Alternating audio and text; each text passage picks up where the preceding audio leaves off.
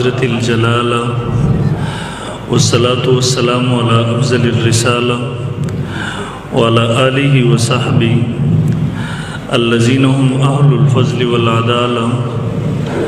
أما بعد فأعوذ بالله من الشيطان الرجيم بسم الله الرحمن الرحيم إنا نحن نزلنا الذكر وإنا له لحافظون وقال رسول الله صلى الله عليه وسلم إن الله يرفع بهذا الكتاب أقواما ويضع به آخرين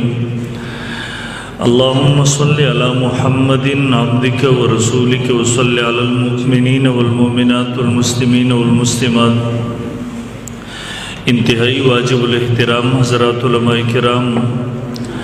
او د مسلک اهل سنت والجماعت سره تعلق لرونکو د علاقې ډیرو غیرتمندو په دین مینو مسلمانانو ورونو زموږ استادو د غنۍ جلسه او پروګرام چې د ختم قرآن په حواله سره منعقده ده محترم دغه سي پروګرامات دغه ماشومانو د وی د والدینو د حوصله افزایی لپاره او نور مسلمانانو ته ترغیب ورکولو لپاره منعقد کیږي محترم قرآن مجید د الله رب ذوالجلال اخرنی کتاب دی د الله رب ذوالجلال مونږ او تاسو ته ژوند تیرولو دستور او منشور را لېږلی دی دا د الله رب ذوالجلال هغه اخرنی پیغام دی چې د مونږ او تاسو ته په زبانی حال سره وایي ما را واخلئ زما سره خپل تعلق مضبوط کړئ ما د خپل ژوند حاکم او دستور وګرځوئ که زم را واغستلم ما سره خپل تعلق مضبوط کو په ما باندې خپل ژوند او زندگی خسته کړلم زم د خپل ژوند حاکم او حکمران جوړ کړلم به دنیا کې م تاسو ته کامیابی والا ژوند ضمانت درکوم به دنیا کې م تاسو ته د چین او د سکون والا زندگی ضمانت درکوم او د مرګ وروسته د قبر او د آخرت خوشحالي د قبر او د آخرت راحتونه د قبر او د آخرت مزه د قبر او د آخرت نعمتونو به تاسو انتظار کوي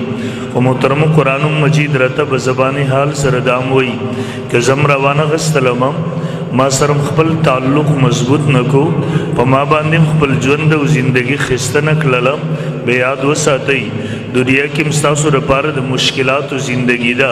د تکلیفونو ژوندون دی د مصیبتونو گزاران دی او د مرګ وروسته د قبر او د آخرت مشکلات د قبر او د آخرت تکالیف د قبر او د آخرت مصیبتونه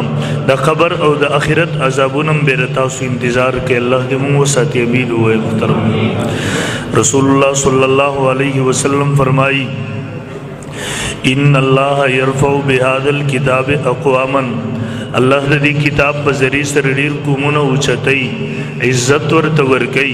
ويذو به اخرين او الله دې کتاب په ذریعہ سره ډیر قومونه ذلیل کوي ذلت او پستی ور باندې مسلط کوي محترمو کوم خلکو چې د رب د کتاب راغسته دي د عزت کړي دي په دې باندې ځان پوه کړي دي دغه قرآن باندې به خپل ژوند او زندگی خسته کړي دا تاریخ مونږ تاسو ترخی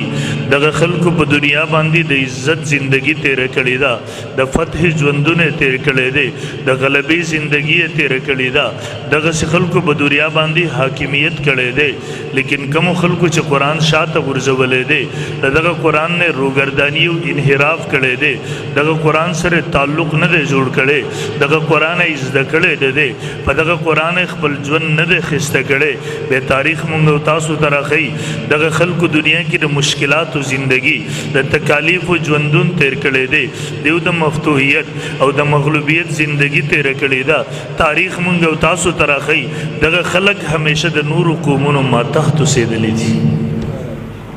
تاسو ګورئ صحابه کرام رضی الله عنهم اجمعین قومو درب دغه کتاب خپل دستور وګرځو د سره تعلق خسته کو په دې خپل زندگی خسته کړلا بیاغه صحابه کرامو رب د کائناتو کی عزت ورکو بیاغه صحابه کرامو رب ورته د کائنات مسخر للا هغوی بیا په کائناتو کې د فتح ژوند تیرو د غلبې زندگی تیرولا هغوی په دنیا باندې عروج تیرو هغه صحابه کرام به کائناتو ته ورسېدل رب ورته د کائنات تابع کړلا رب ورته د کائنات مسخر للا صحابه کرام بیا په کائناتو باندې حکمرانی کول یو صحابي فرمایي ول شپه د سفر دی یو ځکه ځنګل کې دیو باندې شپه راځي دلته زمرو درندگانو خطر ده یو صحابي ودرېږي اعلان کوي او د ځنګل زمرو تاسو ته پته وي نن دلته د نبی علیہ الصلوۃ والسلام د صحابو شپه ده خبردار تکلیف ورنه کوي خبردار نقصان ورونه رسوي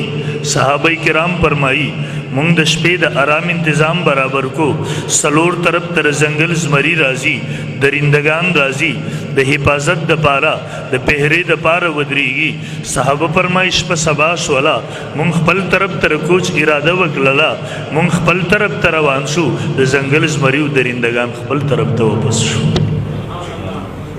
د عمر فاروق رضی الله عنه دور او امیر المؤمنین اسلامی سټیټ او ریاست د چې کله قائم شي او په خپل بنیاد مضبوط شي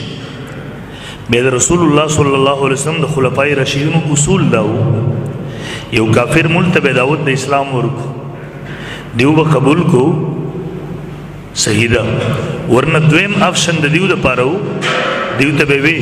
ول تاسو ټیکس او جزیه ورکوي زمو ماته ژوند تیروي مسلمان ریاست بستا سور جان او مال حفاظت کوي دیته هم نو تیار بیا بدریم آپشن دا سره د جنگ او د جهاد دلته ایران فتح شو د امیر المؤمنین عمر فاروق رضی الله عنه خط راغی سعد بن ابي وقاص رضی الله عنه جنگي قومندانو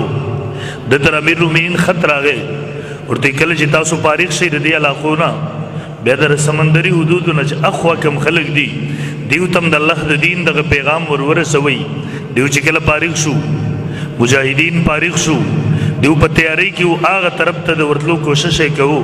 هغه تم پته لګیدلی دا چې مسلمانان مجاهدین د فراغت نرست په مونږ حمله ورکیدون کې دي هغه یلتا د عام درب څومره ذریعہ چې وټولې ختم کړلې سبات سعد بن ابي وقاص رضی الله تعالی سلمان فارسی نه تبوس گئی ورته سلمانا یو طرف تر امیر المؤمنین حکم دی بل طرف ته وبدي د پوری وته سلار نشدره سلمان سکو هغه ورته جواب ورکي ورته ساده امدغه سمندرو رب موسی علیہ الصلوۃ والسلام تلار ورللا فرعونیان غرق للا امدغه ورو رب سیدنا حضرت ابراہیم علیہ السلام ته گل گلزار کر لو آج بھی ہو جو ابراہیم کا ایمان پیدا آگ کر سکتی ہے انداز گلستہ پیدا ورتوی سکو ورتوی دا موسیٰ علیہ السلام رب ننم موجود دے بدغ سمندر بمونگ تملار راکی تخپل اسب سمندر ورا چوا مونگ در پسیو تزمونگ جنگی بشری روایاتو کی رازی دیو خپل اسون پا سمندر دا پاس وروا چول دا قافلہ پا سمندر دا پاس ارتی رسولا روایاتو کی ننم موجود دی دا دیو قافلہ پا سمندر دا اسونو سر پوری شولا لیکن د سمندر عبود دیو دا سنو خپیم نوی لم دیکھر محترم یو داخلکو دا اللہ کتاب باندی خپل زندگی خستک للا اللہ ورطرہ ټول کائنات بے مسخر للا اوی پا کائناتو باندی حکومت کو بیا دا دنیا ورطا مغلوب ہو بیا